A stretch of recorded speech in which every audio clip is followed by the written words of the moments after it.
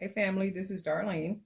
I just got in and I figured I would go ahead and start making some of these long dangle boho earrings with charms on them. What happened is I ordered some of these little, well, I didn't think they were this small, these little stone beads. And these are so much smaller than what I thought they were. I even looked at the size when I ordered them. Man, and I'm like, okay, I really missed that one. But I think and then the sad thing about it is I had actually went on to Amazon and began the process to return the beads. But then I thought to myself, I said, well, no, these will make really nice dangle boho earrings, like really simple and free and colorful. And then what I'm going to do is just go ahead and mix in the different color beads. And then I might even separate some beads to make some of them all the same color.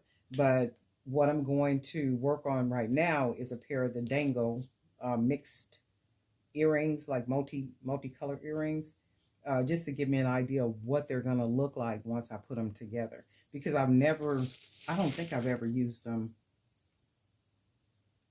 this shape, this small. I will use the round ones, natural stones like this, only because they lay better on top of each other. You know, like when I stack them to create an earring.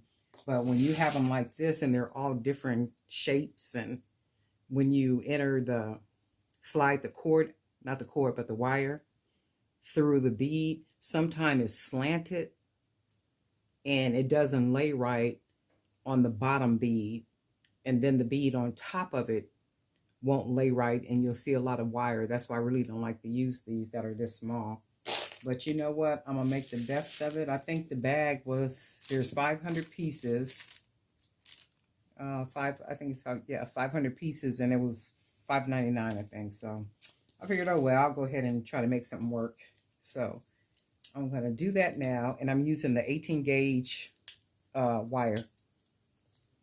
And I'm going to take enough off because I want to do some wrapping. I'm going to just try something to see if it's going to come out looking like what it looks like in my mind. Taking it back up, and I wrap it around the bottom, and that's just for more security. And then I take it back up, and then I wrap going up, and then I bend the wire, and then wrap. Keep wrapping, and then wrap, and then take it to the top.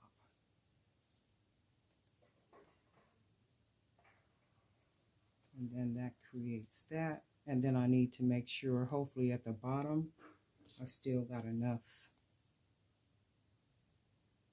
These are really pretty. And the amazing thing is, they're very lightweight. I'm sure they probably look heavy on the camera, but they're very light.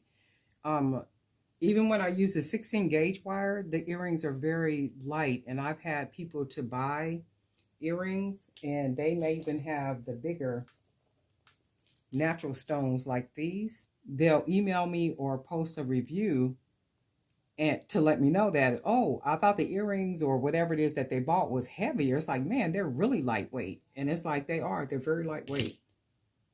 So I'm gonna wrap this. I didn't get that up high enough, so we'll do this right here. And then I need to clip so I can tuck this part. So I'm gonna clip it about right there. And then I'm gonna fold this inward and tuck it right in there. And then I need to see if I left enough space for this hoop, in which I don't think it worked out right. And that's still okay, because I'm going to put this on here and see. And if not, we just won't have a charm on it. And let's see, so that's that.